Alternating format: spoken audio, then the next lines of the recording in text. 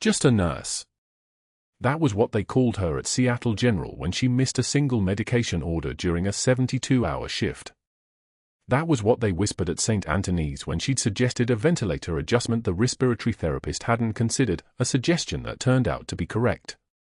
And now, at Mercy General Hospital in Norfolk, Elena Martinez was starting over again with 3 terminations in 2 years and a reputation that moved through the nursing grapevine like a contagion. No one knew why she'd really been fired. No one asked. They just knew she didn't fit. They didn't know that the trembling in her hands came from something medical science couldn't treat. They didn't know that under her civilian scrubs, a faded unit patch from the 75th Ranger Regiment Medical Corps was sewn inside her old jacket lining, hidden in her locker like a secret that could end her if the wrong people asked the right questions. What happened next would change everything.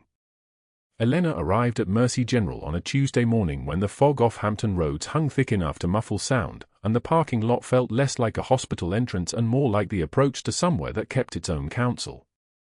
Her new badge hung from her neck on a fresh lanyard, the ID photo showing a woman with dark hair pulled back so severely it flattened her features into something neutral and unremarkable. 23 years of service, and she'd learned how to disappear in plain sight.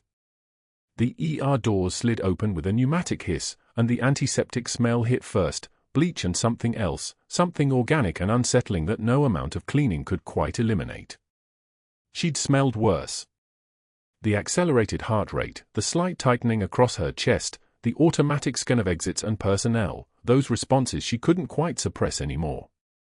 Muscle memory doesn't care about civilian employment contracts. The ICU nurse manager, Patricia Chen, greeted her with the cautious politeness reserved for employees with complicated histories. "You'll be on the long-term ward," Patricia said, walking her through corridors where the fluorescent lights buzzed with the constant hum of institutional futility. "Most of our patients have been here 18 months to 3 years. Low acuity. Straightforward care." Patricia's shoes clicked against the linoleum in a rhythm that felt almost hostile in its regularity. "We're glad to have you, Elena. Just keep your head down. Follow protocols. That's all we need. Just follow protocols." As if protocols were something that mattered when you'd held a soldier's spine together with your hands while mortar rounds dropped around you. As if protocols applied to someone whose entire official existence had been erased. The long-term ICU was quieter than Elena had expected. 12 beds. 10 occupied. The machines that kept people alive made their mechanical conversation, ventilators exhaling, monitors beeping their patient arithmetic of continued existence. The light was dimmer here, the walls painted a color that was supposed to be soothing but just felt like surrender. And in bed 7, Commander James Reeves lay motionless with a breathing tube taped to his mouth and eyes that opened and closed with the mechanical indifference of someone who wasn't actually seeing anything. 5 years.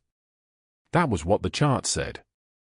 5 years since the IED blast in Kandahar's Punjwai district. 5 years since his brain had stopped cooperating with the rest of his body. He was 41 now, though he looked younger because unconsciousness had stopped him from aging like everyone else, no wrinkles deepening, no new scars forming, just a man preserved in amber waiting for something that wasn't coming. Elena's hands trembled as she pulled up his chart on the computer terminal. The trembling was visible, shameful, something a competent nurse shouldn't do. She set the tablet down and pressed her palms flat against her thighs until the shaking subsided. It took 16 seconds. She counted them, the way she'd learned to count everything: blood loss, time to decompensation, rounds until extraction. The trembling had started 2 months before her last termination, and no neurologist could explain it. No medication helped. It only stopped when her hands had something to do. She began her morning assessment at 0400 when the night shift was too tired to notice what she was actually checking for. Pupil response. Corneal reflex. The micro-movements in his fingers that the monitors didn't track. She was looking for patterns. That was the unconventional thing, the thing that had gotten her flagged at her previous facilities. Most nurses checked what the machines told them to check. Elena checked what the machines had missed. She pulled a small notebook from her pocket, the same one she'd been filling out for 3 weeks, and made her entry in handwriting so small it was barely legible. 0410, right pupil response delayed by 0.2 seconds. Possible inflammation. Recommend neuroconsult. But she wrote nothing in the official chart. That wasn't her job. That would overstep. That would make her a threat. The 4 lines needed adjustment. She moved through that work with the precision of someone performing a ritual she'd performed 1,000 times before, though the context had changed entirely. Her hand steadied the moment they had a task. No trembling now. The muscle memory took over, the angle of approach, the pressure point, the amount of resistance before the needle found the vein. She'd started her medical training in a field hospital in Helmand Province with a 30-year-old trauma surgeon named Martinez teaching her while rounds fell nearby. That seemed like another lifetime. It was another lifetime. The person she'd been then had official decorations and a service record and somewhere to belong. The person she was now had 3 terminated positions and a faded unit patch that could get her killed if the wrong agency discovered she was still breathing. At 0630, Dr. Hargrove arrived for morning rounds. His shoes announced him first, Italian leather, the kind that cost more than Elena made in a week, clicking against the tile with the confidence of a man who'd never questioned his place in any room. He was 56, with the kind of face that had been handsome before something had curdled it into arrogance. Expensive watch. Wedding ring. The presence that made the air pressure change, though not the kind of presence that came from accomplishment. It was the presence of institutional authority, a man who'd learned that saying something with enough certainty could make it true. Elena was standing at the medication cart when he rounded the corner. She didn't flinch. She didn't make eye contact. She simply continued what she was doing with the exact same motion she would have made if he hadn't arrived. That was her strategy now, invisibility through perfect competence. Do the job. Do it well. Do it quietly. Disappear. But something made Hargrove pause. He came over to bed 7 and reviewed Reeves' chart without commenting. He examined the 4 sites, checked the ventilator settings, assessed the pupil response using the same cursory method all the other doctors used, a penlight and 30 seconds. And then he stopped. He turned to Elena, who was standing at appropriate distance, hands folded, expression neutral. Did you adjust his monitoring protocols? Hargrove asked. No, doctor, Elena said. Just routine morning care. His latest assessment shows notation of a delayed pupil response. That wasn't in yesterday's notes. Elena's heart rate picked up. This was the moment they always caught her. This was the moment they realized she was seeing things they weren't seeing, asking questions she wasn't supposed to ask, treating the patient like he might actually still exist inside the coma instead of just maintaining his body like a machine. I made a note for my own reference, Elena said quietly. For continuity purposes. I wasn't suggesting anything clinical. Hargrove studied her for 3 seconds. His eyes moved over her badge, her posture, her hands. She could see the moment he filed her away as someone worth monitoring. Keep the clinical observations in the chart, he said. Don't create your own documentation. Yes, doctor. He walked away, his shoes clicking down the corridor toward the next patient, the next 12 seconds of attention he'd allocate to someone's continued existence. Elena exhaled slowly, the kind of exhale she'd learned in meditation classes after the classified operation had gone wrong, the kind that was supposed to calm the nervous system. It didn't work anymore. Nothing worked anymore except the work itself. She finished her medication distribution and returned to bed 7 to perform what everyone else saw as routine care but what was actually something entirely different. She was looking for continuity. She was tracking patterns. She was documenting, in her small notebook, the evidence that Commander James Reeves' brain hadn't actually stopped existing 5 years ago. It was still there. It was still responding.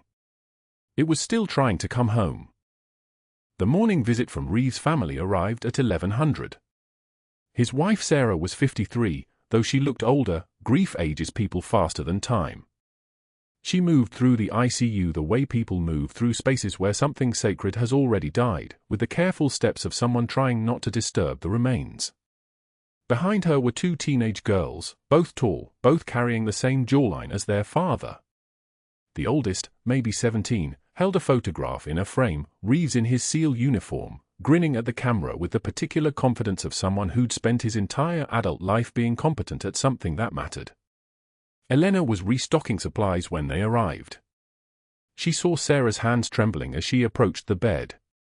She saw the way the oldest daughter, her badge read Reeves, Jessica, when Sarah introduced her, stared at her father's face as if trying to solve a mathematical equation that had no answer. "Has there been any change?" Sarah asked Elena. It was a question she'd probably asked 100 nurses over 5 years, a question that always received the same answer. Elena paused. She could lie. She could say what she was supposed to say, which was that there was no change, that he was stable, that they should prepare themselves for the long term. She could maintain the careful distance between hope and mercy that hospital protocol demanded. "I'm still learning his patterns," Elena said instead. "It's too early for me to tell you anything definitive." It wasn't an answer. It wasn't a lie. It was a door that stayed slightly open, and Sarah's eyes watered as she took her husband's hand. The afternoon shift began at 1400, and Elena was 3 hours into charting when her phone buzzed silently in her pocket. A text from a number she didn't recognize. Just 4 words, "We know you're there." She felt her hand start to tremble again, that betrayal of every nerve ending, that confirmation that the past hadn't actually stayed buried. She set the phone face down on her desk and kept working, kept her breathing steady, kept her expression exactly what it was supposed to be. Sometimes the bravest thing a person could do was continue the shift.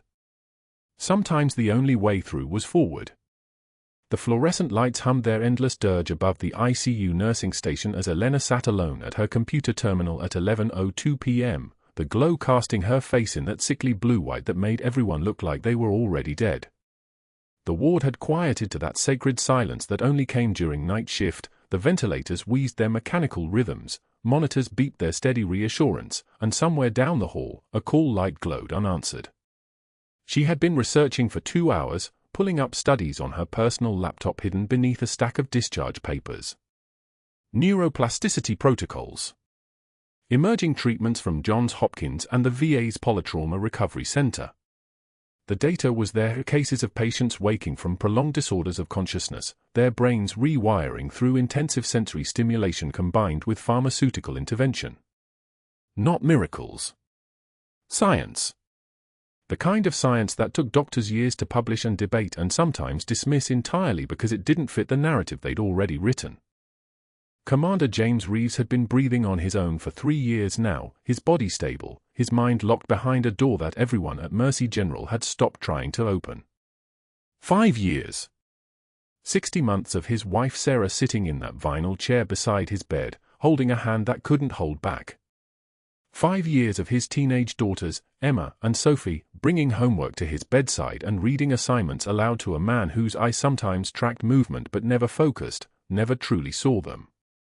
Elena had watched Sarah Reeves over these past weeks with the kind of attention that came from recognizing desperation, the way her shoulders curved inward, the tremor in her voice when she spoke to the girls about their father's condition, the word itself a surrender. And Elena had watched the girls, 16 and 18, slowly stop believing anything would change. That was the real crime at Mercy General. Not the lack of aggressive treatment. The loss of hope. The bureaucratic acceptance of permanent failure. She had started small. A casual mention to Sarah during morning care about the neuroplasticity research, nothing more than gentle information, a thread of possibility. Sarah had leaned forward, her eyes suddenly sharp. "Can they do that here?" Elena had chosen her words with precision. "Some of these protocols are available. It would require Dr. Hargrove's approval."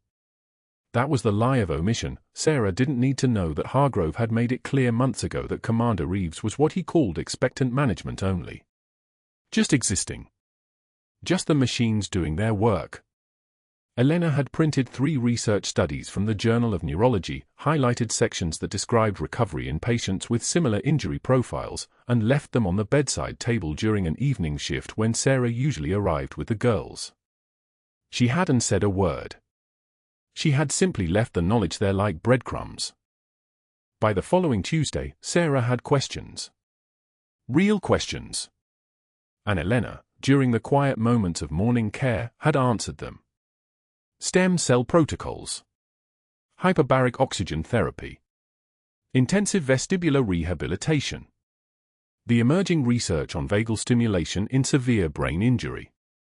She kept her voice clinical, her demeanor professional, speaking as a nurse who happened to have read some recent literature, nothing more. But she could see something shifting in Sarah's face, the way her jaw tightened with determination, the way she started taking notes. Emma and Sophie began asking Elena questions too, circling around the possibility that their father might not be lost forever. That was when Dr. Hargrove had arrived during morning rounds with the printouts in his hands. The team had assembled at 7:08 a.m. sharp, Hargrove flanked by 2 residents, the charge nurse, and Elena. Sarah stood near the window with both girls pressed against her sides. The room felt smaller with all of them present, the machines taking up more space than they should, the ventilator hosed like an umbilical cord to a life that existed somewhere between living and the alternative. Hargrove held up the research papers. Elena recognized her own highlighter marks, her own handwriting in the margins, with the casual cruelty of a man who had already decided what he was going to do. Nurse Martinez apparently attended medical school in her imagination, he said, his voice pitched for the residents, for the audience. Tell me, where did you complete your neurology residency? Was it at Google University? One of the residents laughed nervously. The other stared at his feet. Sarah's hand found Emma's shoulder. Elena felt her own heartbeat steady itself, the way it did when danger was present and the time for fear had passed. Hargrove continued without looking at her. Your job is to empty bedpans and follow orders, not play doctor with experimental treatments that could kill my patient. He gestured at the papers with something close to disgust.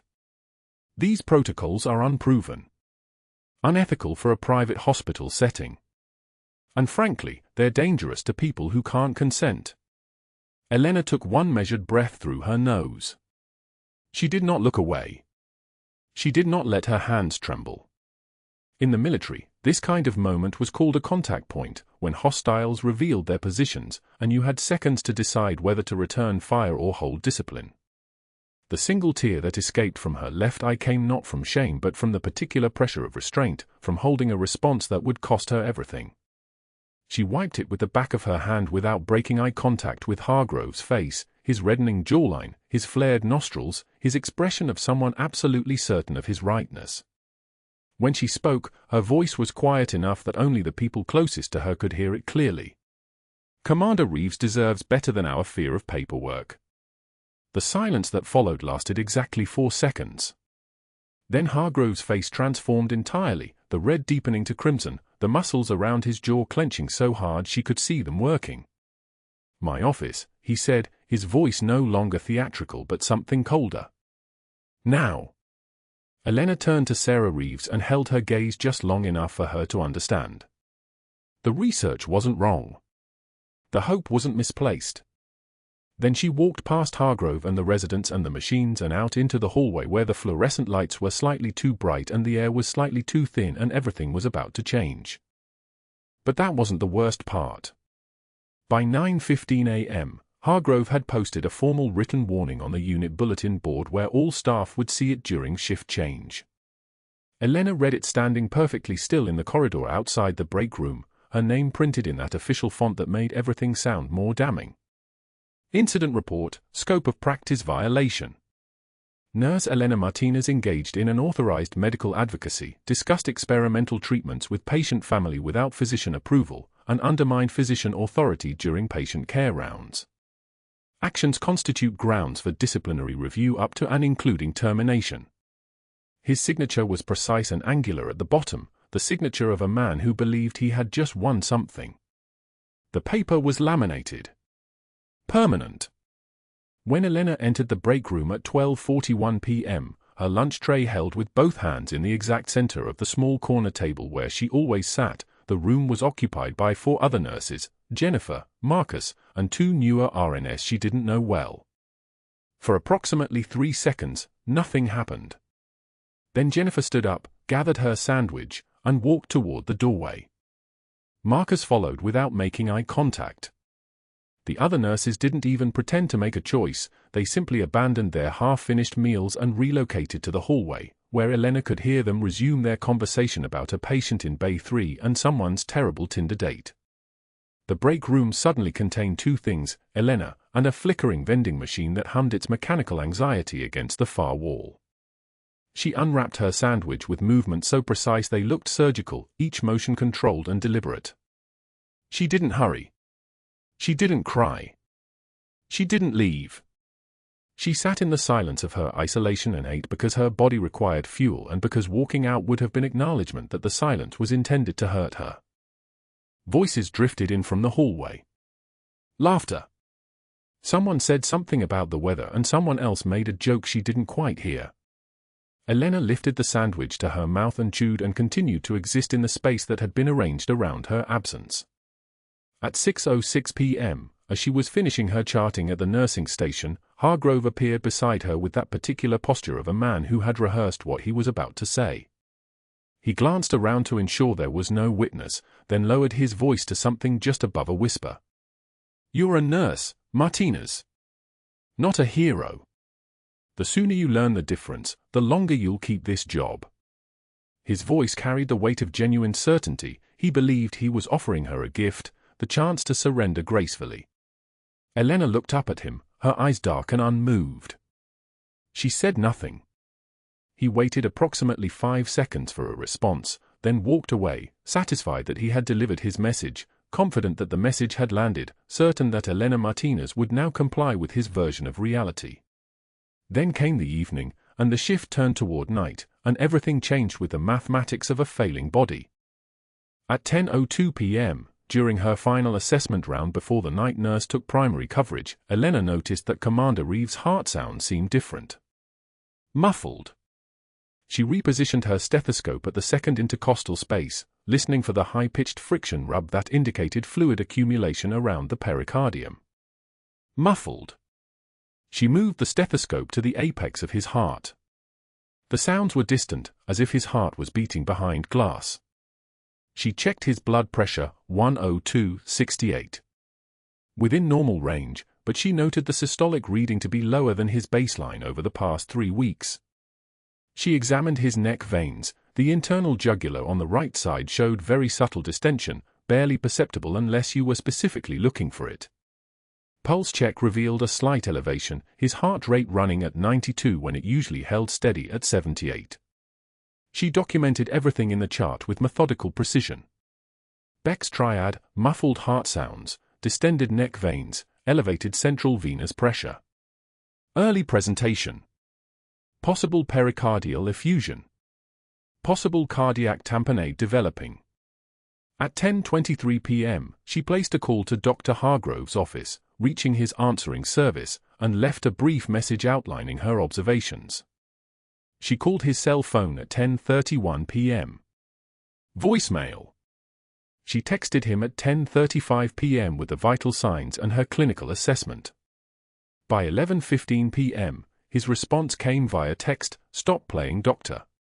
Monitor and call me if BP drops below 90 systolic."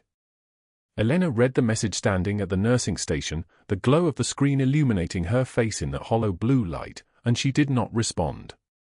She did not argue. She simply moved to the crash cart bay and began checking supplies with methodical focus, the size for .0 endotracheal tubes, the defibrillator pads, the medications organized in their precise compartments. The night nurse, Carol, an older woman with 30 years of ICU experience, watched her with increasingly widened eyes. "You're not thinking what I think you're thinking," Carol said quietly, approaching Elena at the cart. "Hargrove will destroy you." Elena did not look up. Blood pressure dropped. "No." "But." "Then we continue monitoring." By 11:06 p.m., she checked Reeves again. Blood pressure 98/60 seconds. Heart sound still muffled. Neck vein slightly more prominent. She felt the difference in the air of the room, the way critically ill patients announce their deterioration not just in numbers but in some electromagnetic shift that anyone trained to read the signs could feel. She paged Hargrove again, marking it as urgent. At 12:08 a.m., she called his cell. Voicemail. The monitor alarm sounded at 12:14 a.m., blood pressure 88/55, dropping steadily. Then 82/50. Reeves' neck veins were now visibly distended, standing out against the pale skin like dark tributaries, and his skin had taken on that particular cool, clammy texture that meant his body was beginning its shutdown sequence. The ventilator continued its mechanical rhythm, indifferent to the crisis developing inside the cage of his chest. Elena stood at the nursing station looking at the phone. Then at the crash cart. Then through the window into Reeves' room, where Sarah had fallen asleep in the vinyl chair beside her husband's bed after visiting hours, having refused to leave, having made it clear that she would never leave, that she would be there for whatever came next. Elena pulled up his chart, her hands moving with movements that had nothing to do with Elena the fired nurse at Mercy General and everything to do with muscle memory from field hospitals in Kandahar where people died if you hesitated, where survival belonged to those who moved instead of deliberating. Blood pressure dropped to 78/48. The ventilator hissed its mechanical breath. Outside, rain began hammering the ICU windows like distant applause. The ventilator hissed its mechanical breath. Outside, rain began hammering the ICU windows like distant applause. Elena had finished her rounds at 11:45, documented her observations, and was settling into the quiet that only comes at midnight in a hospital, that strange peace before the body's circadian rhythms decide to fail. She was reviewing the cardiac monitor strips for Commander Reeves when she noticed it. Not one thing. A cluster?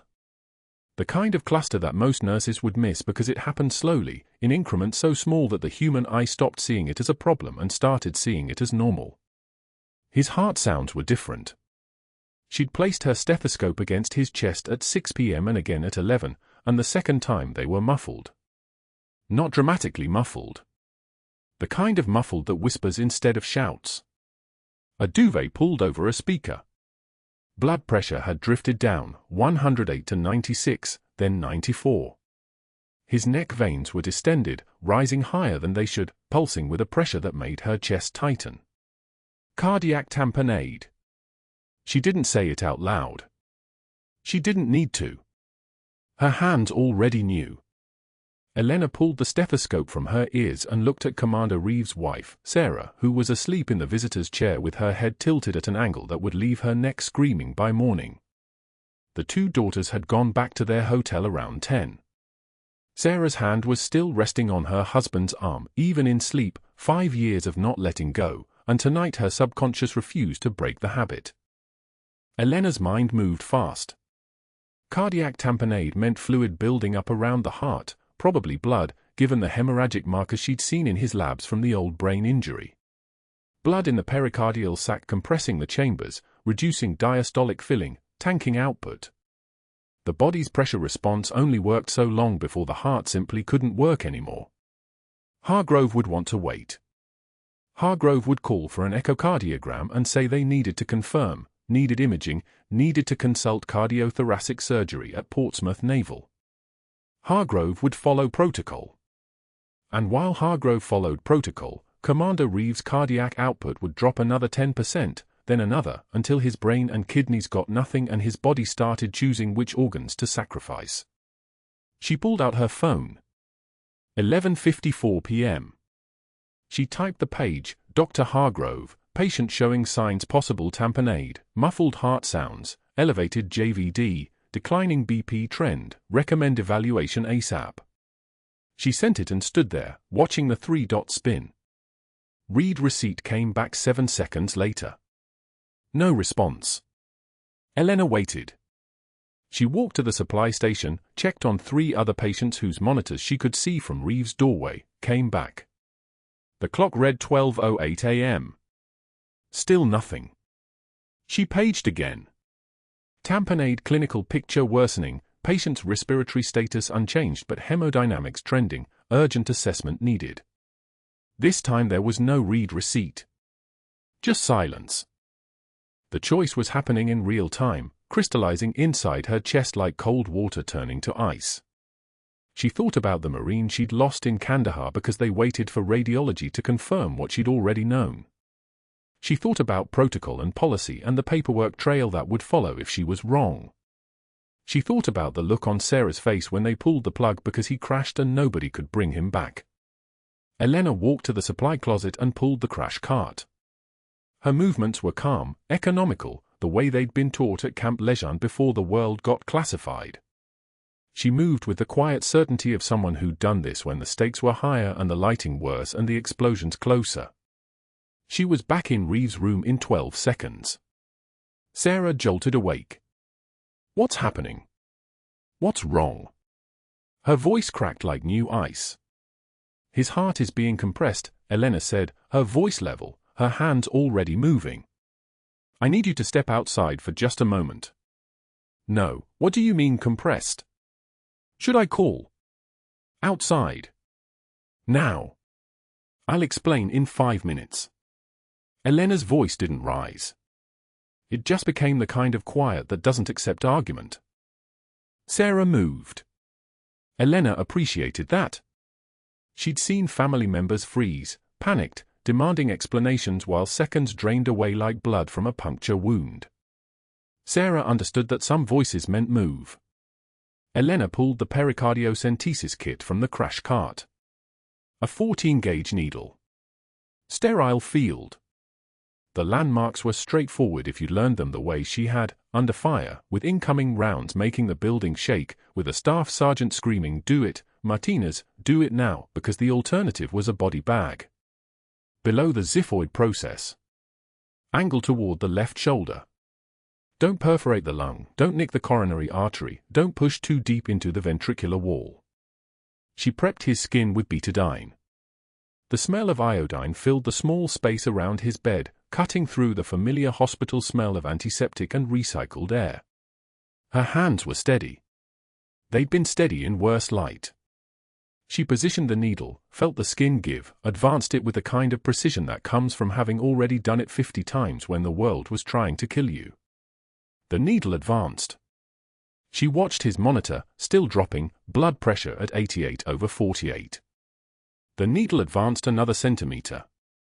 Another. Then, the sudden give that meant she'd breached the pericardium. She was in. She attached the syringe and withdrew. Bloody fluid filled the barrel. 40 milliliters. 50. The syringe pulled fluid from the sac with the sound of a straw drawing the last of a drink, a quiet hiss of release. She kept her eyes on the monitor. His blood pressure crept up. 82/52. Another 20 milliliters. 88/58. She could hear his heart sounds changing in her mind even without the stethoscope, the muffle clearing like a radio signal getting stronger. She withdrew the needle and applied pressure with sterile gauze. 94/62. His heart rate was coming down from the compensatory tachycardia, his body relaxing because it could finally breathe again, his chambers filling and emptying the way they were supposed to. Sarah appeared in the doorway, eyes wild. Elena was already documenting, emergency pericardiocentesis performed at 12:17 a.m. for acute cardiac tamponade. Patient presented with muffled S1, S2, distended neck veins, declining blood pressure trend. Approximately 55 milliliters hemorrhagic pericardial fluid withdrawn. Patient stabilized, vitals improving, heart sounds now clear, BP stable at 96/60 seconds, HR 74, O2 sat 98% on current vent settings. The door behind her opened and Dr. Hargrove stood in the threshold, his hair uncombed, his shirt half-tucked, his hands still fumbling with his phone. His eyes went from Elena to the crash cart to the syringe of blood-tinged fluid to Reeves' now-normal monitor strip. "What the hell did you do?" Elena turned to face him, and in that moment something shifted in the air around her, a pressure change, the kind that happens when a storm front moves in. When you've been waiting for the other shoe to drop and it finally does and you're already ready for it. Emergency pericardiocentesis, she said quietly. 45 milliliters of hemorrhagic pericardial effusion compressing the right atrium. Patient's cardiac output was compromised. I attempted to reach you twice. You didn't respond. Hargrove's jaw clenched. His face flushed red like someone had opened a valve. You just performed a surgical procedure. As a nurse. Do you understand what you've just done? Do you understand the liability, the protocol violation, he pulled out his phone. The scope of practice issue. His fingers were already moving across the screen, dialing before the sentence finished.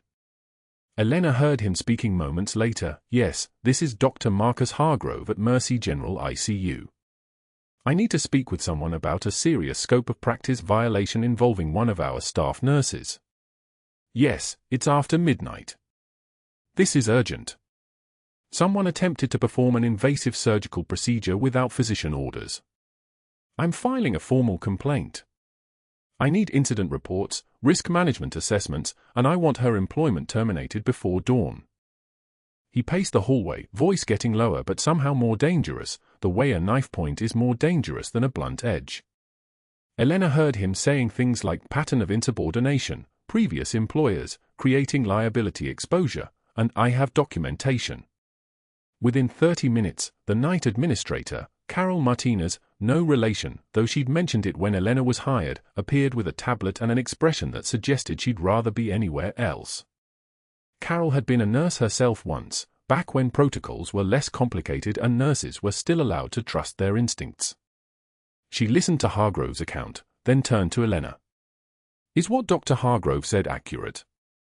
Did you perform a pericardiocentesis without his orders? Elena didn't blink. Patient was clinically decompensating.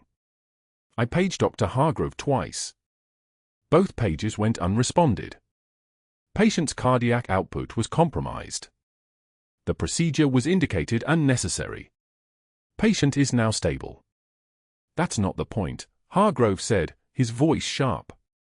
The point is she violated protocol, overstepped her license, and potentially exposed this hospital to serious liability. I want a formal write-up. I want it documented. And I want her removed from patient care tonight. Carol looked torn between duty and decency. Elena, I'm going to need you to step away from the ICU pending an investigation. Can you? Of course, Elena said. She was already pulling off her badge. I'll need to brief the incoming shift on Mr. Reeves' status. His vitals are stable now. His cardiac output is restored. His pericardial sac was being compressed by 55 milliliters of hemorrhagic fluid that built up from his original brain injury trauma. Echocardiogram would confirm, but he's hemodynamically sound now. His wife should be informed when she wakes. His daughters should understand that his condition actually improved significantly tonight. She said it all flatly, clinically, the way a professional briefed a professional. Not like someone who was watching their career evaporate. Not like someone who was understanding, in real time, that she'd just made the choice that would have consequences she couldn't yet see. Hargrove was already on his phone again, pacing, his voice getting lower and more precise.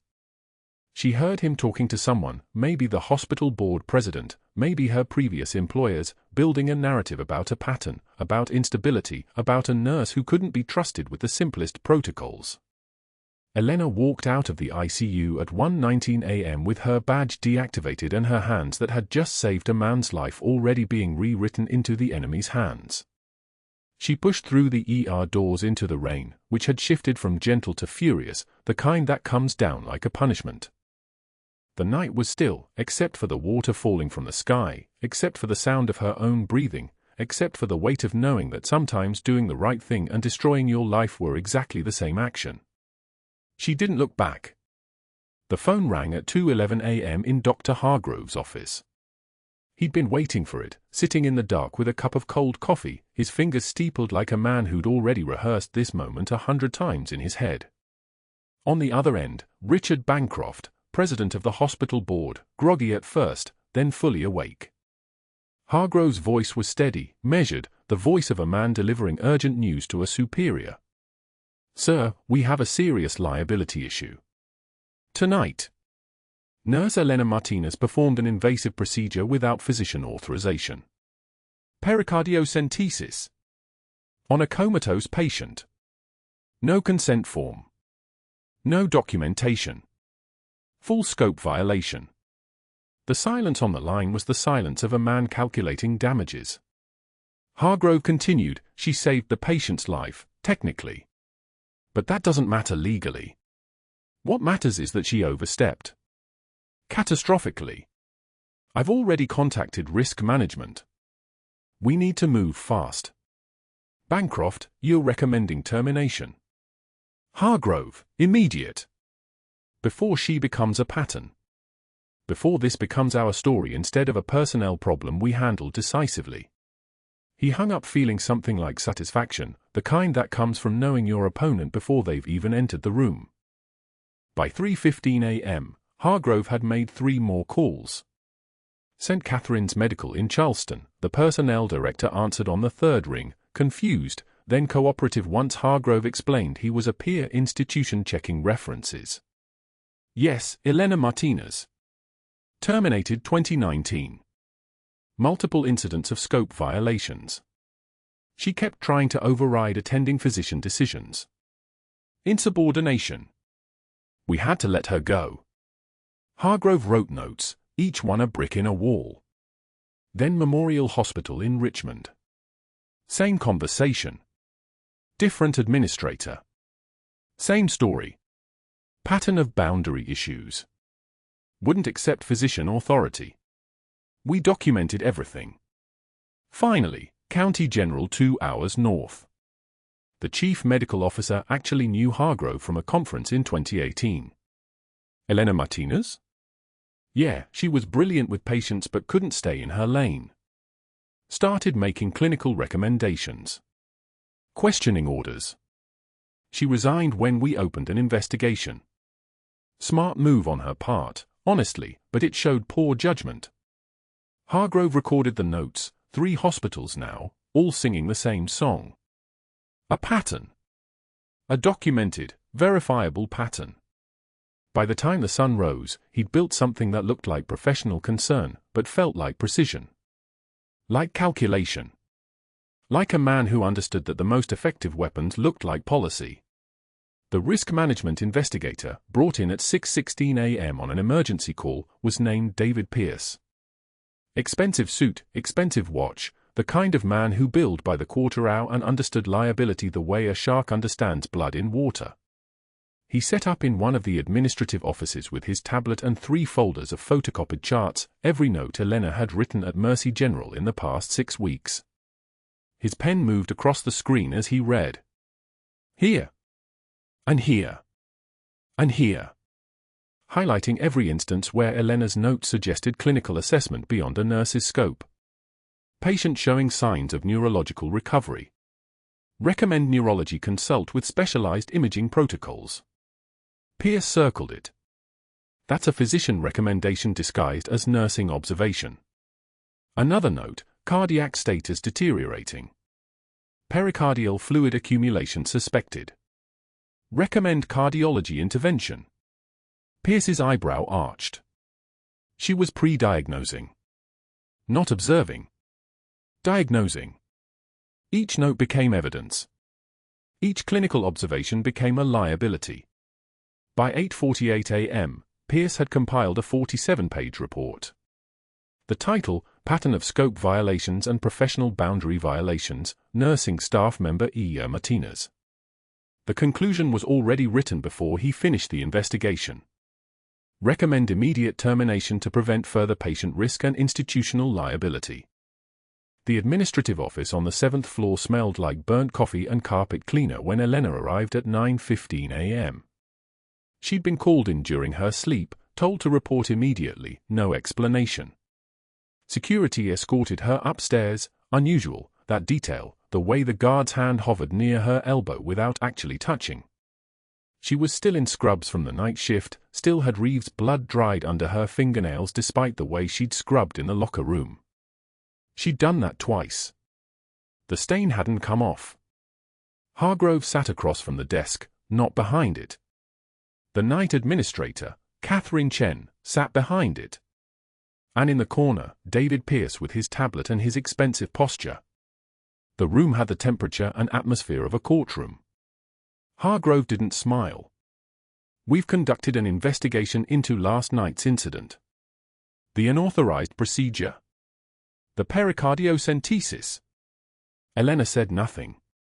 Stillness was her default now, the way a soldier goes still in enemy territory, waiting for the firing to start. Pierce read from his tablet, multiple scope violations documented. St. Catherine's Medical, 2019, terminated for advocating against attending physician orders. Memorial Hospital, Richmond, 2017, written up repeatedly for clinical overreach. County General, 2015, resigned under investigation for scope violations. He looked up. "That's a pattern, Ms. Martinez. That's not a mistake.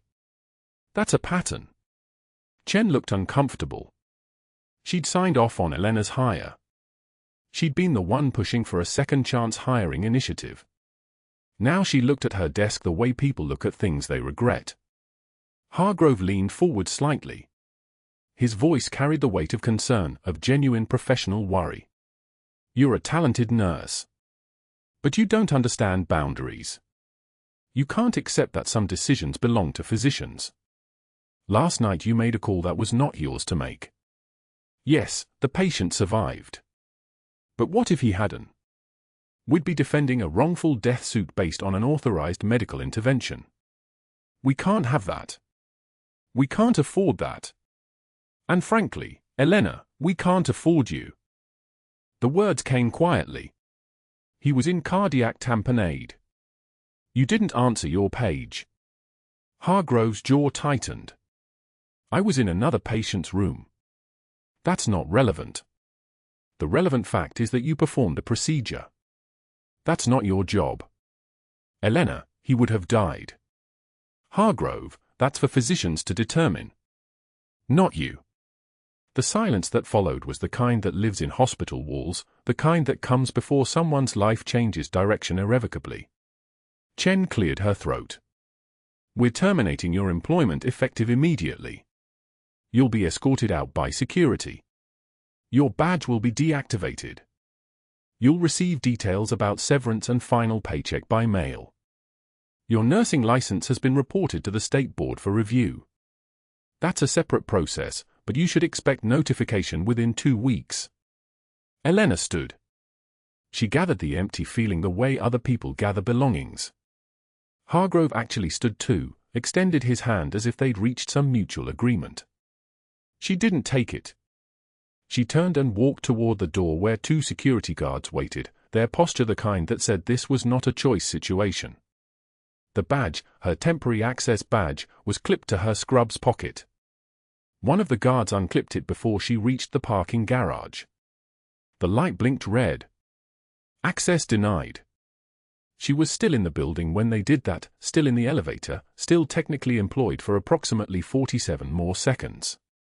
She heard the chirp of the magnetic lock changing her status before she heard it. Her access ended while she was still walking toward the exit. The second guard handed her a cardboard box from Target, the kind with handles, the kind meant for moving. 15 minutes in the locker room, he said. Collect what's yours.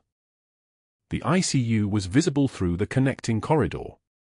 She could see into Reeves' room from the hallway. Sarah Reeves stood at the bedside with both daughters, watching the monitors. Sarah looked up at exactly the moment Elena passed the window. Their eyes met for maybe 2 seconds. Sarah's hand moved toward the glass, then stopped. She'd understand soon. Everyone would. By tonight, the story would be that Elena Martinez had performed an unauthorized procedure and been terminated for it. The truth, whatever that meant, would get lost in the liability language and the scope of practice definitions and the pattern of insubordination that existed now in 3 separate personnel files on 3 different hospital systems. Elena packed a pair of shoes, a cardigan, her phone charger, a photo Miguel had taken of the 2 of them at the beach 2 years ago. She left her stethoscope on the shelf, left her trauma shears in the drawer, left all the small tools of a profession she'd carried for 17 years. The box felt heavier empty than it should have. Security walked her to the parking lot. The night had turned to morning without her noticing. 3 days passed like weather. Elena sat in her apartment in Norfolk and watched the news cycle. Hargrove had given an interview to the local station about maintaining standards of care. He didn't mention Elena by name, but he didn't need to. We discovered that one of our nurses was performing clinical assessments and recommendations beyond her scope of practice. While her intentions may have been good, the safety risk was unacceptable. We terminated the employment immediately and have reported the matter to the state licensing board. Patient safety has to come first. He looked competent saying it. He looked like a physician protecting the vulnerable. The story ran with the headline, "Hospital Removes Nurse Over Scope Violations." No mention of the patient who'd survived cardiac tamponade. No mention of what would have happened if the pericardiocentesis hadn't been performed. Just the violation. Just the overreach. The comments on the hospital's social media filled quickly. People thanking them for enforcing standards. People sharing their own stories of nurses who'd stepped out of line. By day 2, Elena's nursing license was under investigation. By day 3, former colleagues had stopped returning her calls. One message came from Amanda, the trauma nurse who'd worked with her only twice. "Hey, I can't really talk to you right now. Hope you understand. Just can't be associated with this." Elena understood. Survival was easier alone. On the 4th day, Elena drove to the VA hospital in Norfolk. Not to the staff entrance. Not to the credential office where she'd applied 2 months earlier for a job she'd never get now. She walked through the main doors and into the waiting room and sat down among the veterans. There were 14 of them, a man missing his left arm, 2 with service dogs, a woman in a wheelchair with 82nd Airborne tattoos, others with the invisible wounds that showed up in the way they sat, the way they didn't make eye contact with strangers. Elena filled out the intake form for mental health services in blue ballpoint pen. Name. Date of birth. Reason for visit. She wrote, occupational trauma. Loss of professional identity. Need to process recent events. The form asked if she had previous psychiatric treatment. She left that blank. A young Marine, couldn't have been more than 24, sat 3 seats away. He had a 2nd Battalion, 5th Marines tattoo on his neck. Charlie Company patch on his jacket. She'd treated him in Kandahar in 2012, a shrapnel wound to his thigh, infection risk, delirium from fever. He'd recovered. He'd gone home. She'd been scrubbed from existence. She watched him fill out his own form and wondered if he remembered a Navy medic with steady hands and no name, or if she'd just been part of the background noise of survival. The waiting room smelled like industrial disinfectant and the particular exhaustion that comes from carrying wars inside your body. Elena sat there and waited for her name to be called and wondered, with the kind of clarity that comes from rock bottom, if saving a man's life had been worth losing her own. The parking garage at Mercy General smelled like motor oil and rain. Elena had been staring at the contents of her locker for 20 minutes, a coffee mug with a faded Navy insignia, a photo of Miguel from his high school graduation, 3 pairs of compression socks, when footsteps echoed across the concrete. Fast footsteps. Running. Miguel appeared around the corner, 17 years old and gasping, his school uniform rumpled, his hair wet from the downpour outside. He was holding a showbox like it contained something nuclear. Mom. One word. Breathless. They need to see these. Elena turned slowly. She'd spent 5 years teaching her son not to ask questions about her past, and now here he was, holding evidence of it. Miguel, what are you? He opened the showbox without waiting. The smell hit her first, old canvas, brass, the metallic tang of aged medals. Inside lay 3 decorations arranged on faded velvet, the silver star, its profile of a warrior catching the fluorescent garage light. The bronze star with velar device, heavier than it looked. And underneath them both, carefully preserved in a sealed plastic sleeve, the faded unit patch she'd sewn into her old field jacket lining 17 years ago. The same patch Commander Reeves wore in every photograph his family kept at his bedside. Elena's hands didn't move. Her face didn't change. But something shifted behind her eyes, recognition, calculation, the moment a chess player realizes the board has already been set. How did you get those? Her voice was steady. Measuring. Grandma.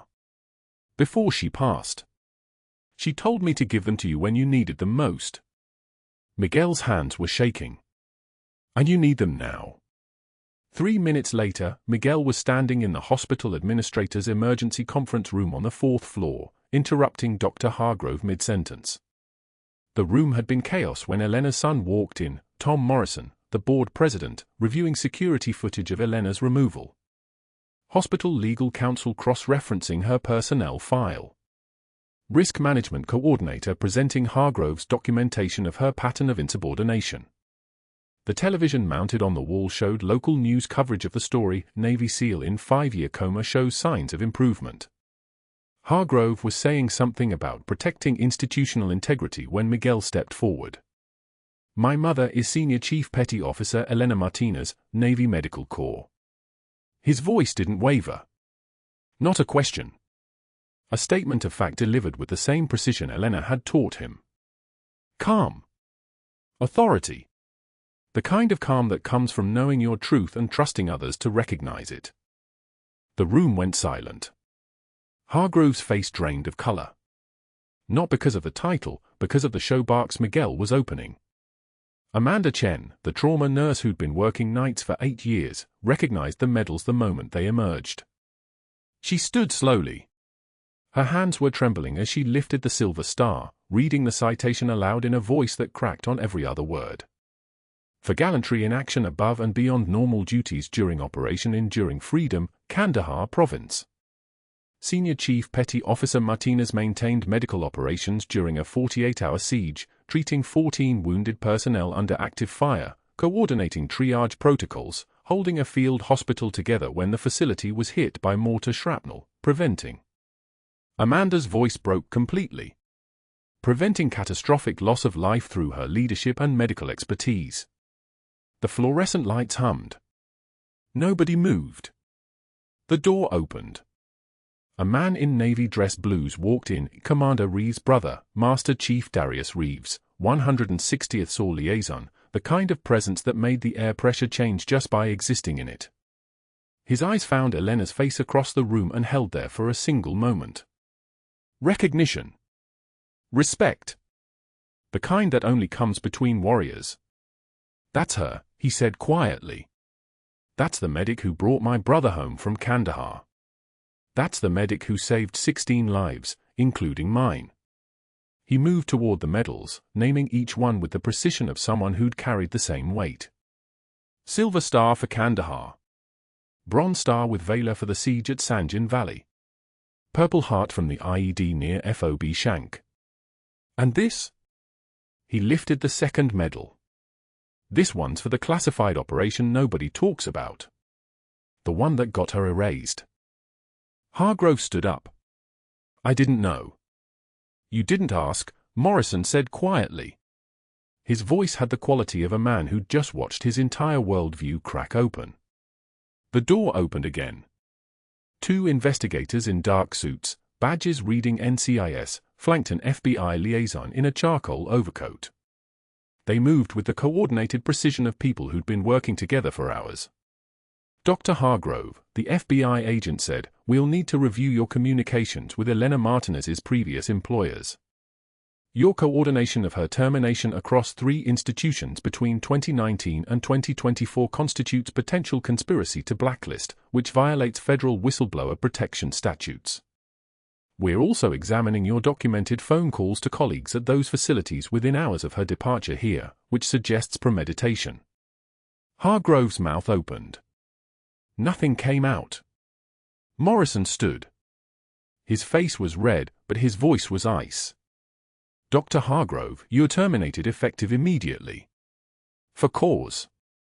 For abuse of authority, for weaponizing your position against a decorated service member, for undermining this hospital's integrity and federal whistleblower protections. He turned to the NCIS agents. "We're cooperating fully." Security arrived, the same two officers who'd escorted Elena out 3 days ago. They looked at her now with an entirely different expression. One of them nodded, a small gesture that held an apology and respect.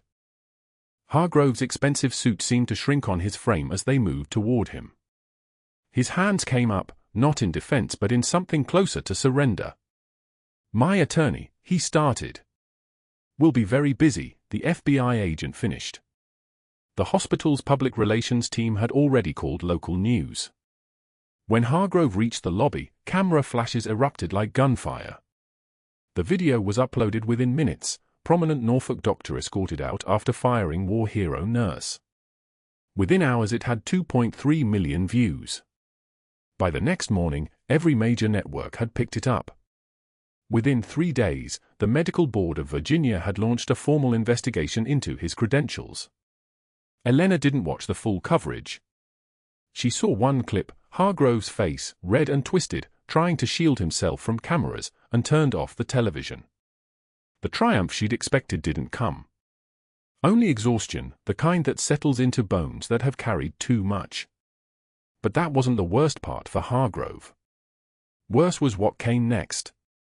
His wife filed for separation after his CNN interview where he'd claimed, "I was only protecting patient safety." The statement looked worse when contrasted with Elena's service record displayed on split screen. His colleagues at regional hospitals stopped returning his calls. The board members he believed were allies released statements about not being aware of the full circumstances. Medical journals retracted his bylines pending ethics review. His medical license came under review.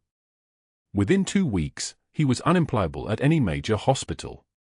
Within 6 months, he'd accepted a position teaching CPR at a community college across town for minimum wage. 6 months after that, Elena stood beside Commander James Reeves' hospital bed on the 4th floor of Mercy General, where she'd been reinstated as ICU nursing supervisor with a formal apology from the board and a commendation in her file. Her badge now read, Elena Martinez, RN, Senior Chief Petty Officer USN, RET. The experimental neuroplasticity protocol she'd researched, the one Hargrove had called impossible and beyond her scope, had been running for 4 months with approval from the FDA and the Navy Medical Corps. Sarah Reeves stood on one side of the bed. The daughters stood beside their mother, hands clasped. Miguel was at the door in his DEP uniform, chest out, eyes forward. The kind of posture that said he finally understood why his mother had carried her silence like a weapon. Reeves' eyes fluttered. Once. Twice. Then they opened. His gaze was unfocused at first, the way eyes are when they've been closed for 5 years. Slowly, slowly, it found Elena's face. His hand moved. Weak. Fragile. But intentional. His fingers gripped hers. His lips moved, forming words that no ventilator could help him speak. Elena read them from his lips, from the movement, from the connection between two people who'd both survived wars that nobody else understood. "Thank you." Sarah collapsed against the cardiac monitor, sobbing. The daughters held her. Miguel's eyes shined with tears as he watched his mother, the woman who'd spent 17 years in silence, squeeze the hand of the man who'd promised to bring her son home safe. Amanda and the night shift nurses watched from beyond the glass partition, their hands over their hearts. In a small classroom across town, Dr. Hargrove taught chest compressions to a bored group of community college students, explaining hand placement and compression depth to people who were only taking the class because their jobs required it. On his phone, he saw the news notification, 5-year coma patient awakens, Navy Credit Senior Chief Petty Officer Elena Martinez. The screen showed Elena in her uniform at a Veterans Day ceremony, shaking hands with admirals, receiving a formal apology from the Navy and the reinstatement of her medical records that should have never been buried. He watched her walk across the stage with the kind of composure that comes from knowing exactly who you are. Then he turned back to his students and continued teaching them how to save lives, having forgotten how to live with himself. Elena Martinez walked through the ICU at dawn the next morning, her hand steady, her presence commanding the entire floor without a single raised voice. Patients opened their eyes when she entered rooms. Families straightened their posture. Young nurses watched her work with the intensity of people studying mastery. She'd spent 17 years proving she was just a nurse to survive. Now she walked like someone who'd never apologized for being more. Heroes walk among us. Sometimes in scrub, saving lives in the dark. If you made it this far, you deserve to know the truth. Subscribe for more stories about the ones the system tried to erase. And if you've ever been underestimated, ever been silenced, ever been told your voice didn't matter, comment below. Tell us your story. Because somewhere, someone needs to hear that their truth matters.